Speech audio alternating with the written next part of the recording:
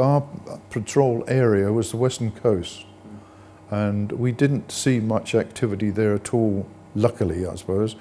We picked up refugees in certain places.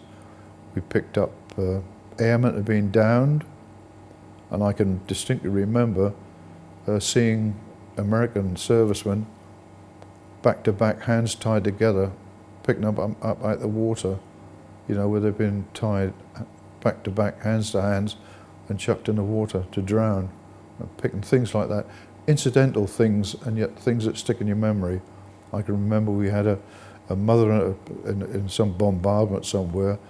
The North Koreans had hit, it was a boat or a village, I don't know, but we brought an injured mother and a brand new born baby on board, and the sick berth people looked after that, or tried to, but the baby died. But we then landed the mother in Sasebo after we arrived back off that patrol. So we used to go invariably on the western coast from our base. We used to do fortnight, 3 weeks patrol, which was rather boring, but films are a very necessary part of life. We had... how far offshore are you?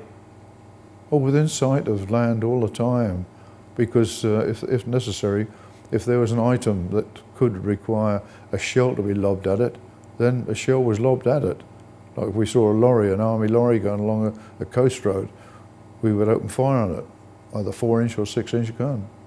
Yeah, and I started off my wartime activities in B turret, which was a Royal Marines turret, and I had 2 whacking great big Royal Marines on left and right, and they gave me the middle gun, and the middle gun of course was the furthest away from the ring, and I was the flimsy little old boy in those days, and I ended up, yeah, I just couldn't keep up with it. There was one bloke driving the ring, so he was feeding shells all the time to the people loading the guns, but I just couldn't keep up with it, and I'm afraid that B turret was firing 2 guns at a time instead of 3 quite often.